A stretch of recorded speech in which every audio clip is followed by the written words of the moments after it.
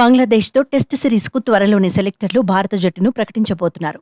Duleep trophy first round మ్యాచ్లు ముగిశాక టీంను announce చేయబోతున్నారు. దీంతో టీమిండియాలో ఎవరెవరు చోటు దక్కించుకుంటారనేది ఆసక్తికరంగా మారింది. జట్టు ఎంపికపై రకరకాలుగా చర్చ జరుగుతోంది. గ్యాప్ తర్వాత టెస్ట్ జట్టులోకి రిషబ్ పంత్ రీ-ఎంట్రీ ఇవ్వడం ఖాయంగా కనిపిస్తోంది. టీ20 వరల్డ్ కప్తోని అంతర్జాతీయ క్రికెట్లోకి రిషబ్ రీ-ఎంట్రీ ఇచ్చాడు. ఐపీఎల్లోనూ స్టామినా చూపించాడు. శ్రీలంక టూర్లోనూ మెస్మరైజ్ చేశాడు. టెస్టుల్లో పంత్కు మంచి ట్రాక్ రికార్డుంది.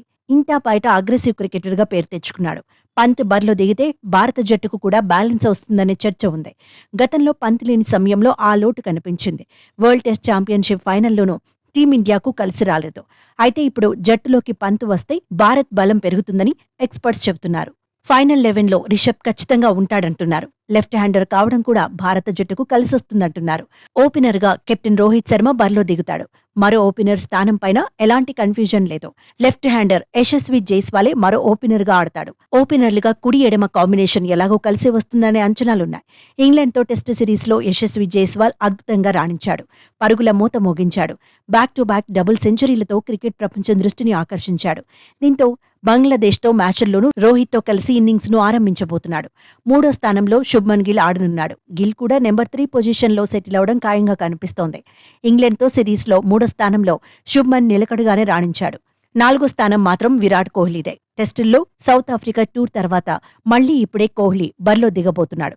జట్టులో చోటు కోసం కేఎల్ రాహుల్, శ్రేయస్ అయ్యర్ మధ్య పోటీ కనిపిస్తోంది. సర్ఫరాజ్ ఖాన్ కూడా టెస్ట్ టీంలో చోటుపై ఆశలు పెట్టుకున్నాడు.